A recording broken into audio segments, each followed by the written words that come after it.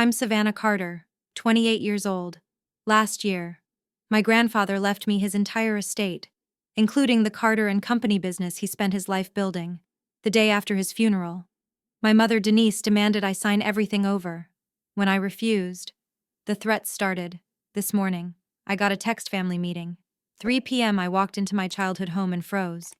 My mother, stepfather, sister, and 2 men in suits were already waiting. Savannah, my mother said with a smile, meet our legal team. I wasn't prepared for what came next. If you're watching, drop a comment telling me where you're from. Hit like and subscribe to see how I handled the moment my family tried to take back everything Grandpa left me. I was 6 the first time I understood that my family was split down the middle, not by divorce or distance, but by values. On one side was my grandfather, Walter Carter, who built Carter and Company, hardware from a single dusty storefront into a chain of stores stretching across 3 states. On the other was my mother, Denise, who believed anything worth having should be purchased quickly, wrapped in ribbon, and shown off at brunch. We all lived in Portfield, Illinois, a town where people remembered your grandfather's handshake and your grandmother's pie recipe. Grandpa was a fixture on Main Street, tall, sturdy, always in pressed shirt sleeves and work boots, shaking hands with employees like they were old friends. His philosophy was simple: work hard, spend wisely, treat people like they matter, and never forget where you came from, at home. That philosophy didn't live past the front door. My mother lived like money was a game she was determined to win through appearance. Designer handbags lined our hall closet. Unused spa gift boxes gathered dust under the bathroom sink. My stepfather, Leon, didn't seem to mind. He wore his golf polos tight and his conscience loose, nodding along with every shopping spree, every lease on a luxury car. If it made Denise happy or quiet, he said yes. But Grandpa, he saw through all of it, and quietly, he saw me. I was the child who lingered in his study during family gatherings, pretending to read while watching him balance inventory sheets. I was the girl who asked why employees got Christmas bonuses, why the Carter and Company logo was red and not green, why receipts were folded so carefully in his desk drawer. He never shooed me away. He pulled me closer. Savvy, he'd say, his nickname for me. Money's not about what you buy. It's about what you build. By the time I was 10, he had me helping him stack price tags in the stockroom, counting change from the till. It felt like a game, but to him, it was a legacy, passed down in small, quiet gestures. He didn't make speeches, he made time. Meanwhile, my mother rolled her eyes. She's wasting her Saturdays, she'd mutter to Leon. She should be out with friends, not stuck in a hardware store. But I wasn't stuck. I was rooted. Grandpa taught me how to see the bones of a business, what kept it upright when no one was watching. Margins, respect, repetition. He never said it. But I think he knew early on I'd be the one to understand what he built, not just the stores, but the principle beneath them. That success isn't handed down, it's handed over, earned, one decision at a time. My childhood was a pendulum. One side glittered and broke easily, the other was made of oak. And I, small, observant, a little too serious for my age, learned to stand still while it swung. I didn't know it yet. But I wasn't just the girl with the quiet eyes and the old soul. I was the granddaughter Walter Carter had been waiting for. And Denise Carter, my mother, would spend the next 20 years pretending not to notice. By 13, my Saturdays had a rhythm. Grandpa would pick me up at 7:30 sharp in his old Ford pickup, still smelling faintly of sawdust and peppermint, and we'd stop for coffee and apple fritters before heading to the Carter and Company flagship store on Maple Street. He always bought 2 coffees, though mine was mostly milk and sugar. It's not about the coffee, he'd say with a wink. It inside the store. I was never treated like a child. I was an apprentice. He had me shadow the inventory manager, take notes during supplier calls, and eventually, run the numbers on slow-moving stock. When I pointed out a discrepancy between monthly orders and shelf turnover, Grandpa didn't just praise me, he brought it up in the next team meeting. My granddaughter caught something the rest of us missed. He told the staff, "Keep your eyes sharp, folks. She sure does." Those moments stayed with me, not because I wanted applause, but because I realized something rare. I wasn't just loved. I was being prepared. Quietly, consistently, and without fanfare at home. The story was different. My mother continued to treat my interest in the business like a phase, something I'd eventually outgrow once I discovered boys or brunch. Walter spoils her with all this shop talk, she'd say over dinner. What 16-year-old wants to learn about profit margins? I didn't answer. I just listened. The numbers made more sense to me than her laughter did. When it came time for college applications, I didn't hesitate. I declared business administration as my major, with a focus in accounting. Grandpa beamed when I told him. Smart choice. Savvy. Education is one thing no one can repossess. He offered to pay for it, full tuition, room, board, everything. It was a moment I'll never forget. We were sitting in his study, a quiet afternoon in late March. Sunlight stretched across the hardwood floor, and he slid an envelope across the desk with my name on it, written in his neat script. This is for your future, he said simply. No strings attached, but strings showed up anyway, tangled, hidden, and pulled by my mother. 2 weeks later, the envelope vanished from his office. Denise began calling him daily. Suddenly, there were emergency expenses. Our mortgage had fallen behind again. Brianna's medical bills, cosmetic, but dramatized, needed attention. And Noah's birthday was approaching. He wanted a used car, something reliable, which translated into barely affordable. By the time my financial aid packet arrived, the money Grandpa had promised was gone, quietly absorbed into family needs. No explanation, no apology. I took out student loans. I applied for every work-study program that would have me. And by the time I set foot on campus, I was juggling classes with a part-time job at a local bookstore, alphabetizing biographies, and watching other students pick up books their parents paid for without blinking. Sometimes, on slow afternoons, Grandpa would stop by the shop. He never made a scene, just wandered the aisles near the business section, picked up a hardcover he already owned, and slipped me an envelope when no one was looking. Gas money, he'd whisper, or groceries. Don't tell your mom. I never did. Those small acts, quiet, intentional, meant more to me than any tuition check ever could.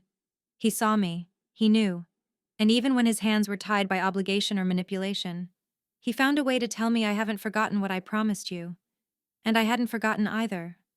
I just didn't realize then that I wasn't the only one making sacrifices, or that the foundation of trust we were building, brick by brick, receipt by receipt, was going to be tested in ways I couldn't yet imagine. I thought I was just getting through college.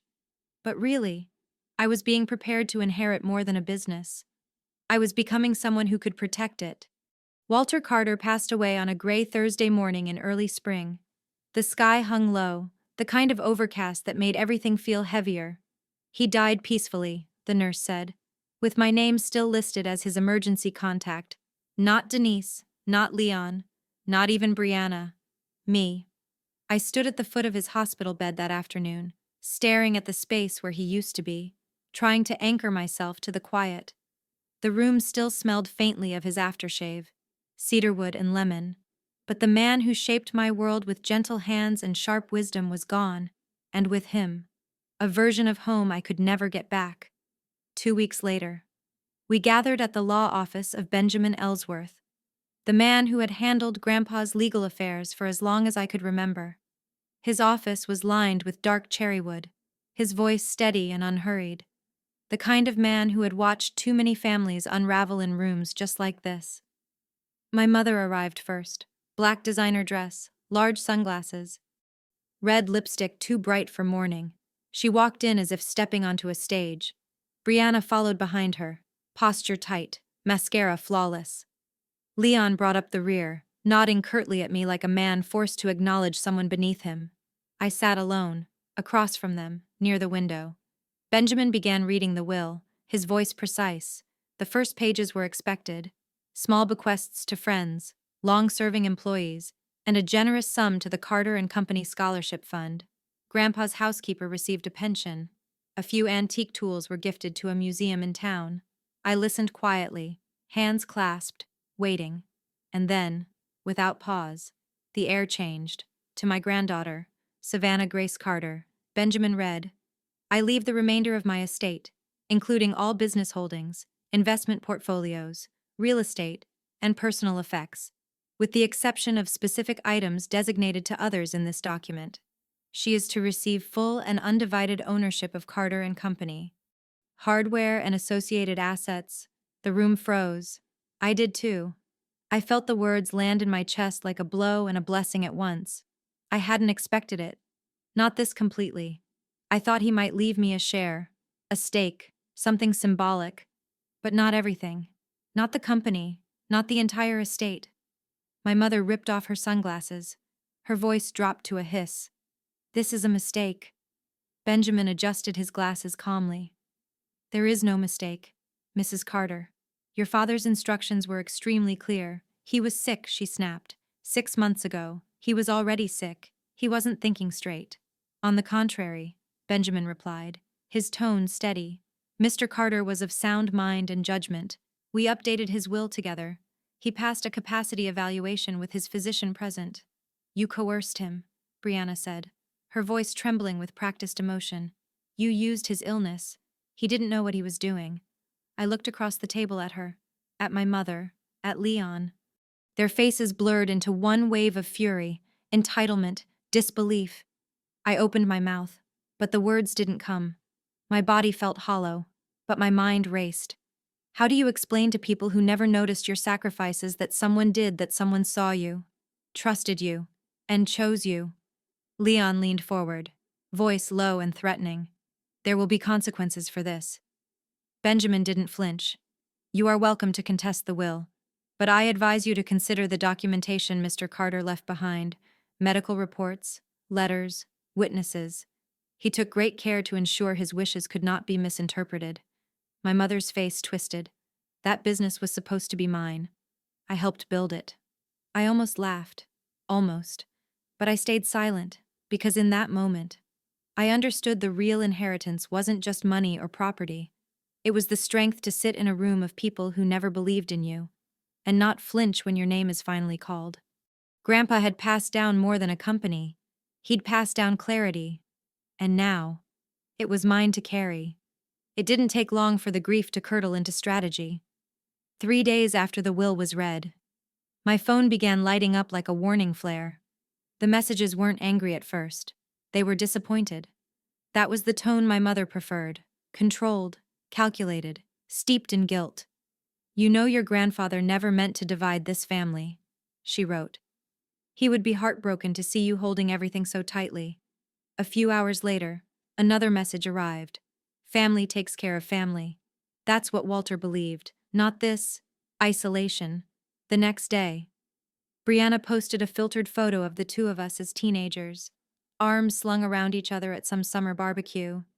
The caption read, "Some sisters know the value of love over money. Others still have a lot to learn." The comments poured in, heart emojis, prayers. Distant relatives weighing in with sentiments like, "We're thinking of you, sweetheart," or "Stay strong." Truth always wins. No one asked what truth they were referring to. They didn't need to. My silence became their villain. The direct calls were worse. My mother's voice carried that practiced mixture of warmth and menace. "Savannah, I'm trying to be reasonable here," she'd say.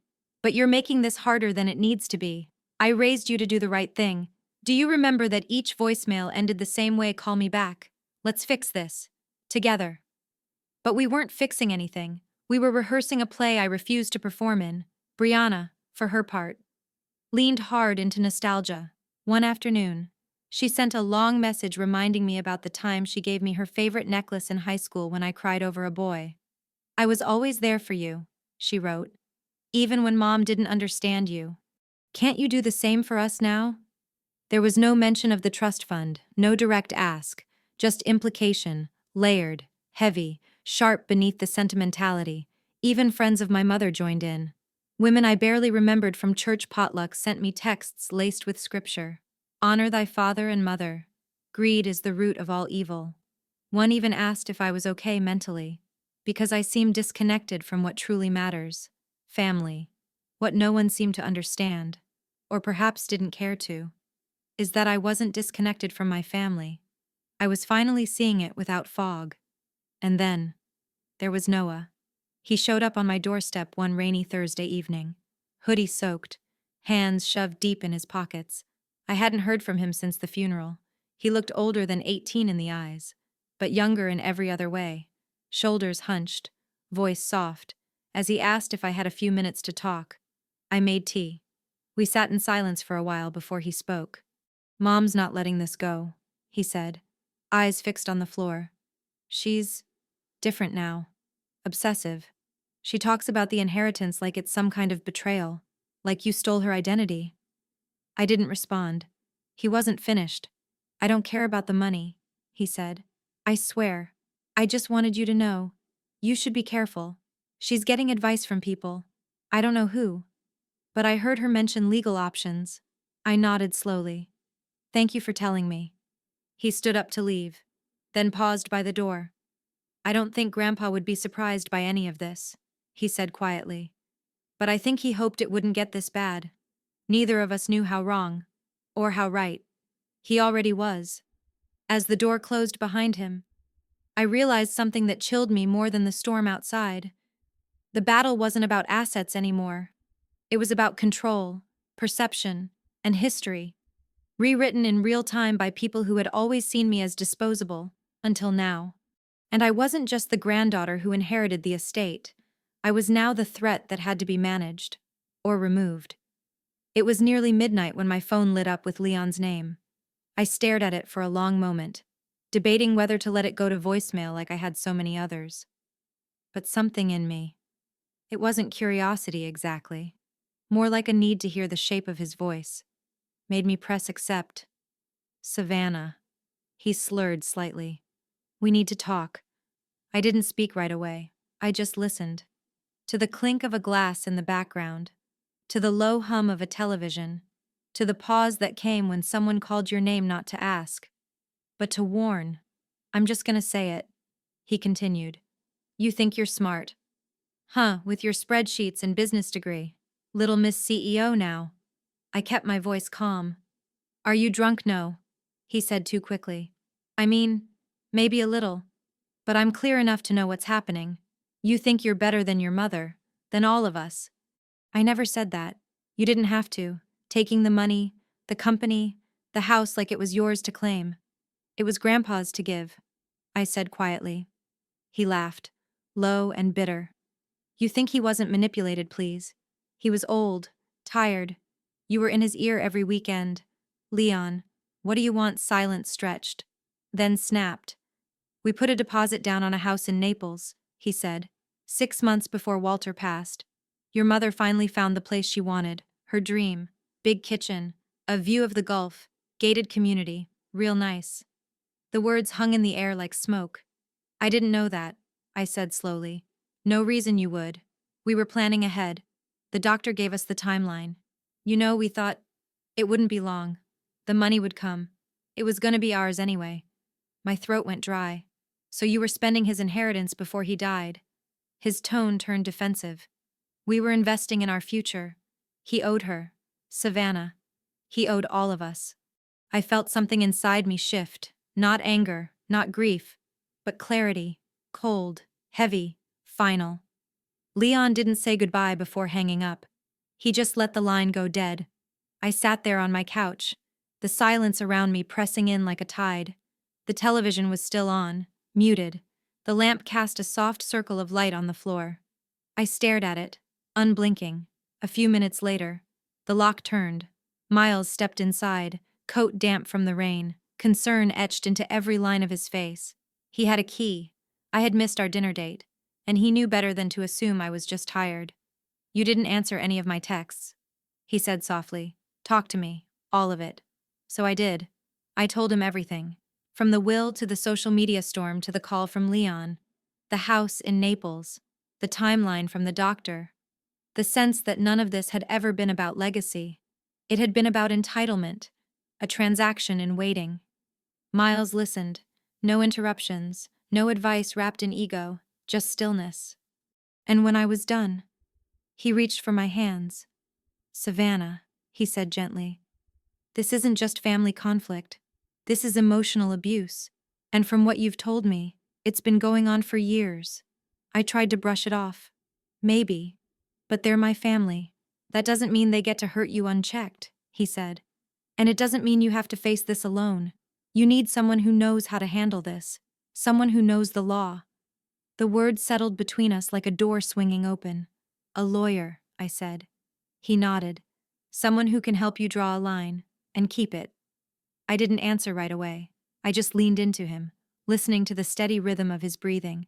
And for the first time in weeks, I let myself imagine something stronger than survival, protection, strategy, boundaries. I didn't know what would happen next, but I knew this much. Whatever came, I wouldn't face it with my hands tied. The next morning, after a night of near sleepless calculation, I dialed the number Grandpa had scribbled on the inside cover of one of his old ledgers. Ronald Jennings, his best friend, his Thursday golf partner, a man whose voice I'd only heard in passing at family barbecues, whose presence had been quiet, steady, and unshakably loyal. He picked up on the second ring. "You're Walter's girl," he said. "Not a question, just certainty. Warm and direct. I've been expecting your call." We met at a small cafe near the courthouse, the kind of place where waitresses knew orders by heart and time moved a little slower. Ronald was already seated when I arrived, spine straight despite his 78 years, silver hair brushed back, dark blazer crisp. He stood when I approached, and the moment his eyes met mine, something softened. "You look like him," he said, voice thick, around the eyes. I nodded, unable to answer. He motioned for me to sit, then got right to the point. "I know what's going on. Savannah, I heard about the will, the chaos that followed. Your grandfather saw it coming. He just didn't know how bad it would get." I swallowed hard. "Did he ever tell you why he left everything to me?" Ronald stirred his coffee with deliberate care. Not in exact words, but one day, maybe a year before he passed, he asked me a question. Hypothetical, he said, though we both knew it wasn't. He looked at me then, eyes steady. He said, "If you had to choose between leaving your legacy to someone who'd spend it in 6 months, or someone who'd build something with it, who would you choose?" I felt my breath catch. "And you knew he meant, your mother or you," he finished. "And you already know the answer." I nodded slowly. "She thinks I manipulated him, that I talked him into it." Ronald snorted. "Walter Carter.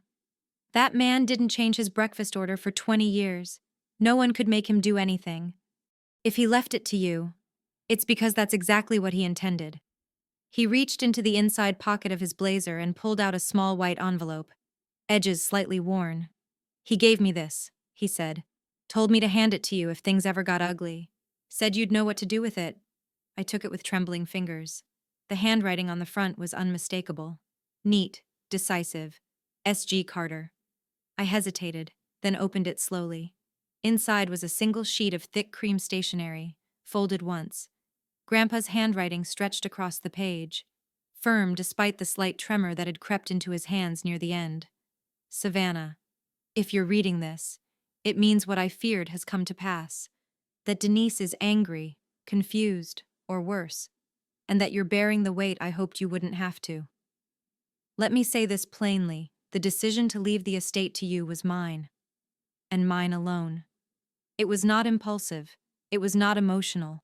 It was the product of years, decades, of watching how each of you understood responsibility.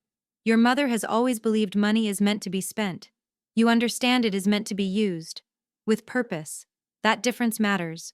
You never asked for anything. Savvy. But you earned everything. And not through bloodline, but through character. Hold your ground. You don't owe them guilt. You owe them honesty. And nothing more. Make something of it. Make it matter. I trust you. I always have. Love, Grandpa." I read the letter 3 times. The final paragraph blurred slightly as I blinked back tears. Ronald placed a steady hand on mine. He meant every word. I folded the letter carefully, returning it to the envelope. "Thank you for holding on to it, for keeping this safe. There's more," he said. "He kept records, a journal. I don't know where it is, but I suspect you will." I met his eyes, his study. He nodded. "You were always the one watching. I think he knew you'd be the one to finish what he started." As I walked out of that cafe with the letter pressed to my chest, I wasn't thinking about legal battles or frozen accounts. I was thinking about legacy and the quiet, steady voice that now lived inside mine. That same afternoon, I drove straight to the house, my house, now, but it still felt like his. The porch creaked the same way it always had beneath my steps, and the wind chimes he'd hung after Grandma passed still chimed softly in the breeze. I let myself in with the key he'd given me years ago, its weight suddenly heavier in my palm. The house was quiet, still, as if holding its breath. I walked through the familiar rooms, past the framed photos on the hallway wall, past the den where he used to fall asleep watching baseball. My steps slowed as I approached his study, the one room I hadn't entered since the funeral. I opened the door gently. Nothing had been touched. The desk sat exactly as he left it, stacked with unopened mail. A cup filled with pens he refused to replace, and an old, faded photo of us from one of those Saturday mornings at the flagship store. His chair, worn and leathered with time, still held the faint shape of his posture.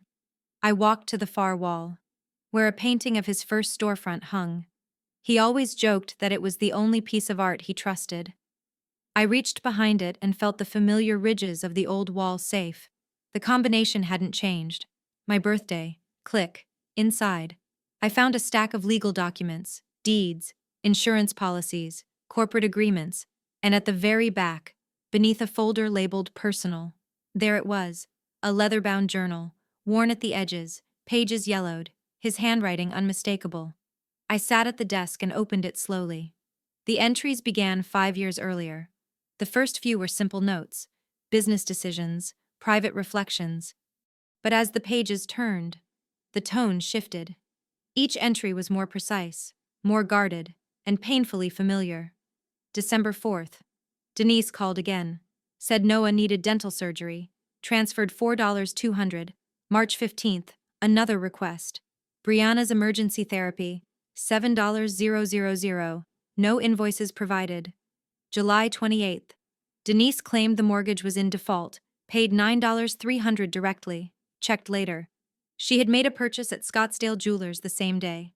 January 15th. Claimed Jason was applying to colleges. Said application fees were $15,000. Absurd. But I'm tired of arguing. This will be the last time. The further I read, the tighter my chest became. It wasn't just the amounts. It was the exhaustion in his words, the resigned frustration, the sense of a man watching someone he loved unravel in front of him, and still choosing kindness. Again and again. He had documented everything, requests, transfers, what she said, what she actually did. There were even references to screenshots he'd printed and stored elsewhere, photos of vacations, receipts from boutiques, posts from Brianna's Instagram that directly contradicted their pleas for help. He hadn't written them to shame anyone. That wasn't his way. He had written them to protect me. And at the end of the journal, dated just 3 weeks before his passing, he left one final entry. I finalized the estate with Ellsworth. Savannah will carry it now. She's not just capable, she's what Denise never learned to be, consistent, quietly strong.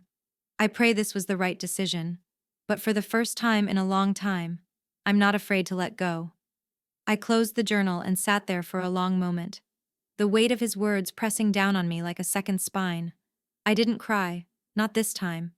I took out my phone, photographed every page, and sent them, one by one, to Danielle Hooper, the estate lawyer Miles had introduced me to. Her reply came within minutes. This is exactly what we needed. Bring the original, but don't reveal it unless absolutely necessary. I locked the journal back in the safe, closed the study door behind me, and stepped back into the quiet. Outside, the wind had picked up, the kind of wind that signals a storm on the horizon, but also the clearing that comes after. And I knew now the family meeting wasn't just about defending what was mine. It was about honoring the man who left behind not just a company, but the truth. The text from my mother arrived 2 days later, short and imperious. Family meeting, Sunday at 3. We need to resolve this. Be there. No greeting. No question mark. Just a directive, like always. I stared at it for a long time, then forwarded it to Danielle Hooper, my lawyer. Her response came swiftly. This feels like an ambush. Don't go alone. I can be there, in your car, nearby, if it turns hostile. You text now. I come in. I agreed. But something in me resisted the idea of walking in with backup. If I bring someone, they'll say I'm hiding behind my lawyer. I told Miles that night at dinner. He didn't argue. He just took my hand across the table. Then you don't walk in scared. You walk in ready. And I did. That Sunday. I dressed in a navy blazer Grandpa would have approved of. Professional, quiet, firm. My portfolio was packed: the will, Grandpa's letter, the journal. I also brought something else, my phone, loaded with recordings and photos. I had documented everything, and I was done pretending otherwise. At exactly 3:00 p.m., I pulled into the driveway of my childhood home, curtains drawn, cars already there. I took a long breath before stepping out into the sharp spring air. The door opened before I could knock. My mother stood there in a new silk blouse and practiced warmth. Savannah, right on time, inside. The living room had been rearranged. Noah and Brianna sat stiffly on the couch. Leon hovered near the fireplace. But what drew my attention were the two men in suits occupying the chairs usually reserved for family. One had a briefcase, the other a ledger. This is Mr. Whitman and Mr. Daly, my mother said, gesturing grandly. They're here to help us reach an agreement. I didn't shake hands. I didn't sit yet. I wasn't told this would involve legal counsel, I said carefully. They're not lawyers, she corrected. Just professional advisors. I nodded once, then took the only available seat, the one positioned directly across from all of them. A setup, if I'd ever seen one. Mr. Whitman leaned forward, adopting a rehearsed concern. Savannah, we understand the pressure you've been under. Managing an estate of this size is no small task. I'm managing just fine, I replied. Calm. Of course, my mother interjected with a smile that didn't touch her eyes. But this is about family. Sweetheart. About what your grandfather would have wanted, for all of us to benefit. If that's true, I said. Why didn't he write the will that way? Brianna jumped in. You know he wasn't himself at the end. The medication, the confusion. He updated the will 6 months before he passed, I countered. He was lucid. His doctor signed off. Mr. Daly opened his briefcase, sliding a thick packet across the table. What we're proposing is a redistribution. You transfer the business and investment holdings to your mother. In exchange, you retain a generous personal allowance. How generous, I asked, already knowing the answer. 20%, Whitman said, with a nod, and the properties liquidated. Proceeds divided among family members. I scanned the first few pages. It was everything I feared: a complete forfeiture disguised as generosity. And it was time. I closed the folder gently, then placed my own on the table. Before I respond, I said, I'd like to clarify something. Mom, when did you put a deposit down on the house in Naples? She froze. Leon shot her a warning look. Excuse me, she asked. Leon mentioned it. Said you two secured the place 6 months ago, when Grandpa's doctor gave you his timeline. I never said that, Leon snapped. I recorded the call, I replied. Evenly. Just like I've documented every voicemail, every threat, every false claim about financial hardship.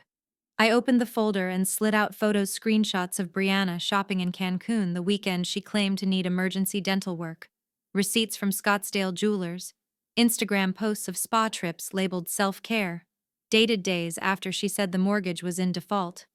Then I pulled out Grandpa's journal. January 15th, I read aloud.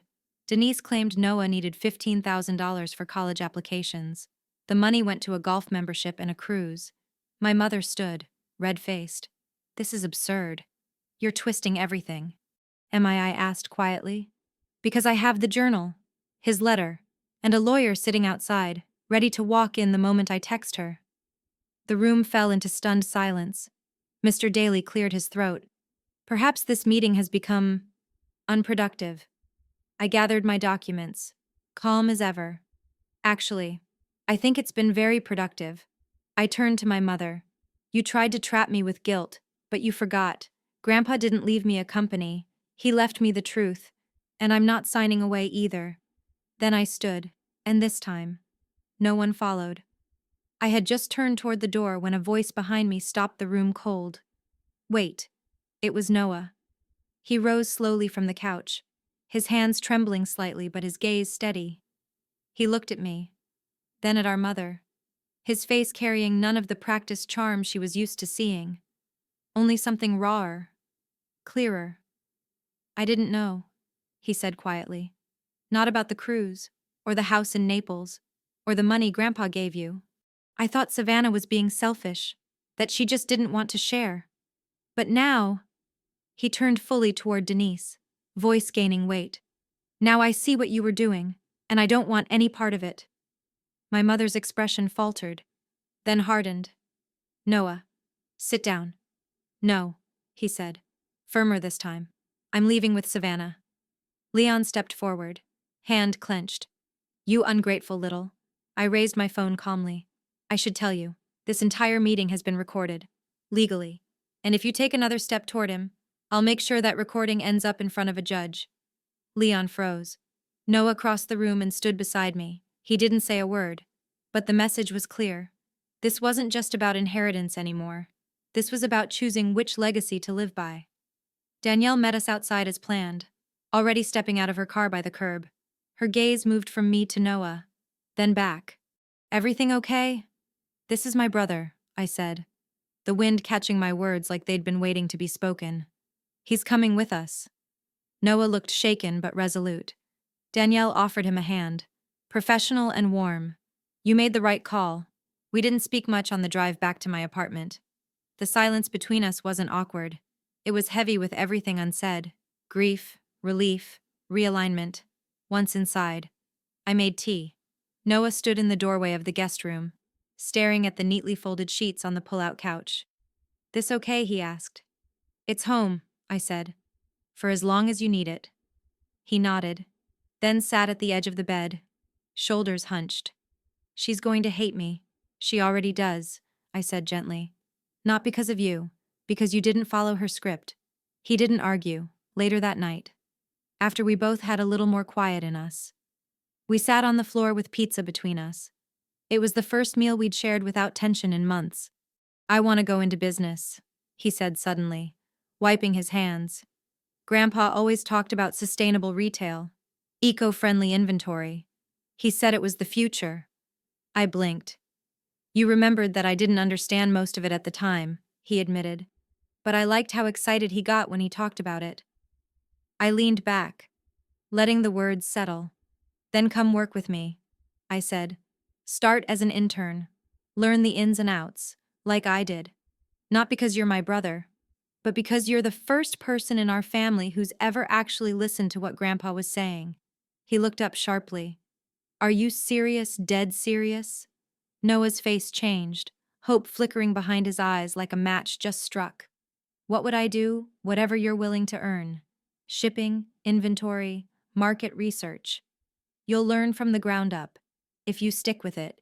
If you prove you care about this as much as I think you do, there'll be a place for you long term.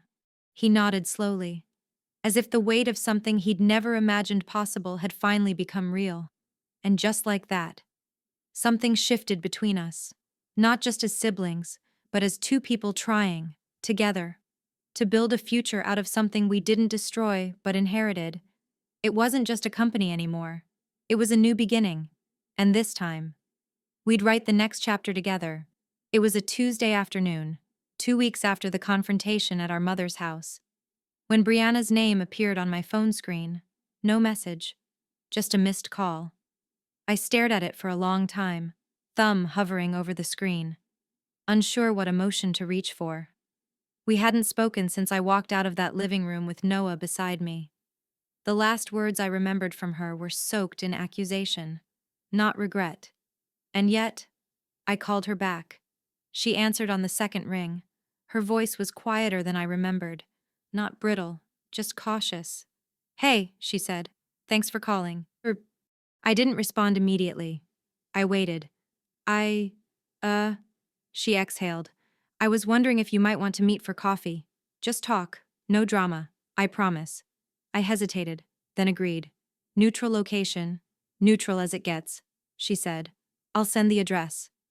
The cafe was halfway between our apartments, familiar enough to feel safe, unfamiliar enough to carry no memory. I arrived early, sat at a corner table where I could see the door, and ordered tea I barely touched. Brianna walked in exactly on time. She looked smaller somehow, not physically. She was still tall, still elegant in her usual designer layers, but the air around her had changed. She wasn't performing. She wasn't leading with control. Her expression held something I hadn't seen in years: restraint. She slid into the seat across from me and folded her hands on the table. "Thanks for coming," she said again, her voice low.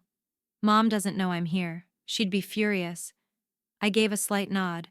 "How is she?" A pause. Then, drinking more, saying less.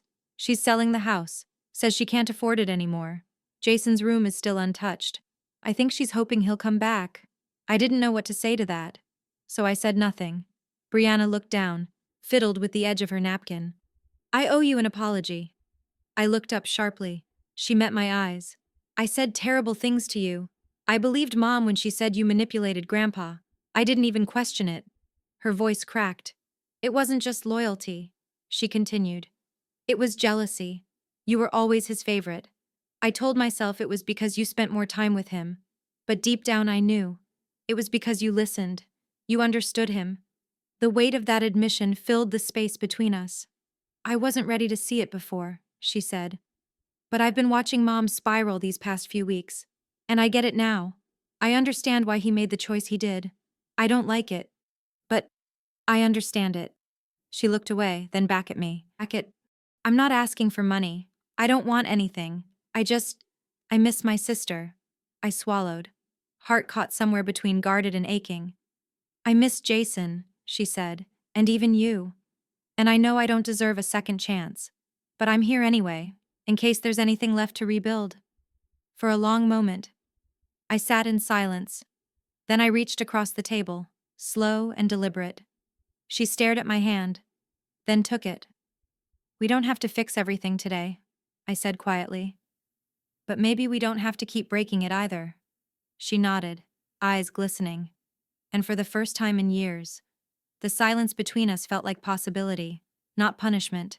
When we parted, we didn't make promises. We exchanged contact info again, agreed to talk, maybe meet again soon, and as she walked away, I realized I wasn't waiting for perfection anymore, just progress, small, deliberate, and finally, honest.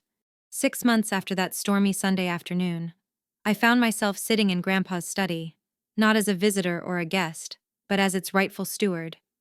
The afternoon light spilled through the windows just the way it used to, and for the first time since his passing, I didn't feel like I was borrowing his space.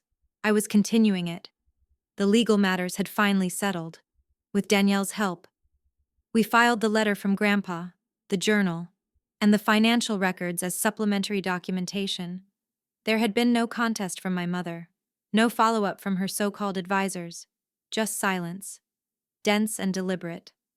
But silence isn't always absence. Sometimes, it's survival, in that stillness. I started building. The first step was creating 3 distinct funds. The first, a scholarship for Noah, not a gift, not a handout. A structured education trust that covered tuition, housing, and resources for any program he pursued, contingent on full-time enrollment and passing grades. He signed the agreement without hesitation. I watched him do it from across the dining room table, his hand steady, his eyes grateful. "I'll earn it," he said quietly. "I know," I replied. The second fund was harder. A modest monthly stipend for my mother, released only under specific conditions. No luxury purchases, no investments, no high-risk debt. She didn't thank me. She didn't acknowledge the paperwork when it arrived. But she didn't reject it either. I figured that was enough. For now. My offer wasn't an olive branch. It was a boundary with terms and a record. The third fund was the one that felt most like Grandpa.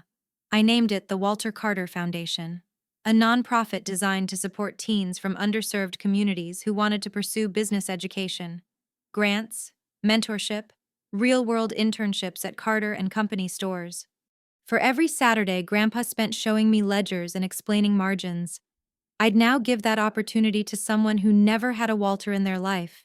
That, to me, was the most sacred part of the inheritance, passing on not what I'd received, but what I'd learned. The company itself began to breathe again. Some managers had grown complacent in Grandpa's final years, assuming his presence would always hold the floor together. I stepped in where he left off, not to fill his shoes, but to walk beside the blueprint he left behind. I traveled to each location, talked to every store manager, listened, adjusted, recalibrated. We began restructuring our supply chain toward more sustainable vendors. It wasn't flashy, but it was honest, tangible, real. Noah accompanied me on most of those visits. He took notes, asked questions. Sometimes he trailed behind stockroom supervisors, watching how deliveries were received and sorted. Other times, I'd catch him standing quietly in the aisles, watching customers, noticing what they picked up and what they left behind. "You're thinking like a buyer," I said once, nudging his shoulder. He grinned. "I'm just remembering how Grandpa used to say people shop with their eyes before their wallets." Exactly. He wasn't just learning logistics, he was absorbing philosophy, and the staff noticed. "He's got your grandfather's steadiness," one longtime employee said, "and your eyes." We began work on a new pilot project, a green building showroom attached to the flagship store. Noah proposed it. I helped him draft the pitch. We secured a partnership with a local sustainability firm. The idea was bold, practical, and very Carter. One night, as we locked up the store together, he paused at the front counter. "You think Grandpa would be proud?" I didn't answer immediately. I just looked at him. The boy who had once stood silent during family dinners, watching the storm brew around him, now here, with purpose in his posture and clarity in his gaze. "Yes," I said, "but not because you're running his business. Then why? Because you're building your own meaning from it. And that, I was learning, was the truest kind of legacy." It was a quiet morning in late spring, almost exactly 1 year since the will had been read, when her name reappeared in my inbox. Subject line: truce. No punctuation, no capital letters, just that single word. Sitting there like a bridge barely suspended over water, still rippling with the past. I stared at it for a long time before clicking open. "Savannah, I've spent a year being angry. It hasn't changed anything, except making me more bitter. Brianna tells me the business is doing well. She says Noah's thriving. I miss my children. If you're willing, I'd like to talk. No lawyers, no demands, just talk." "Mom," I didn't reply immediately. I forwarded it to Danielle, just to be safe. I spoke with Miles. I called Brianna, who confirmed she'd encouraged the message. Then I wrote back. A week later. We met at a small bistro just outside Portfield. Neutral ground. A place with soft lighting and cloth napkins and no memory attached to it. She arrived on time. No dramatic entrance. No curated grief. Just a woman in a simple blouse and slacks, looking every bit her age for the first time in decades. Her expression held none of the armor I had grown up fearing. Only something quieter. Fragile. But not broken. "Thank you for coming," she said, echoing Brianna's words from months before. "We didn't order food. Just tea." "How are you?" I asked. She offered a small, rueful smile. "Managing. The rental is smaller, but quiet, less to clean." She hesitated. "Craig and we're taking space, maybe permanent." I nodded, unsure whether to express sympathy or not. Then she said it, softly, without bravado. "I've been seeing someone, a therapist, Brianna's idea. It's helping. It's made me realize I've been chasing things for a long time that never filled the emptiness I refused to name." I didn't speak. I let the silence do its work. She continued, eyes on her teacup. "I don't expect forgiveness. I just want you to know your grandfather was right. Not about the money. About you." She looked up, her voice trembling. "You didn't just hold the inheritance. You held the line." My throat tightened, but I held her gaze. "He gave me more than an estate," I said. "He gave me a compass." She nodded, tears brimming. "And you've done more with it than I ever imagined. We didn't solve everything that day. Years of damage can't be healed in one sitting. But we found a place to begin again. Quieter, older, but wiser." Later that night, as I walked through the flagship store, our new green showroom almost ready for launch, I found Noah rearranging product displays, humming softly under his breath. Brianna had just emailed me a draft for the foundation's next grant cycle, filled with ideas that weren't mine but carried our grandfather's spirit in every word. And I understood. The real inheritance wasn't locked in bank accounts or titles. It lived in choices, in character, in the way truth, when held gently but firmly, could shape not just a business, but a family. Walter Carter left me a legacy, but I was the one who chose what it became, and that, finally, was a wealth no one could spend, only share. Thank you for listening to my story. If you've ever had to stand your ground against family pressure, I'd love to hear how you handled it. Drop a comment, hit like, and subscribe for more stories about legacy, boundaries, and finding your voice, no matter who tries to silence it.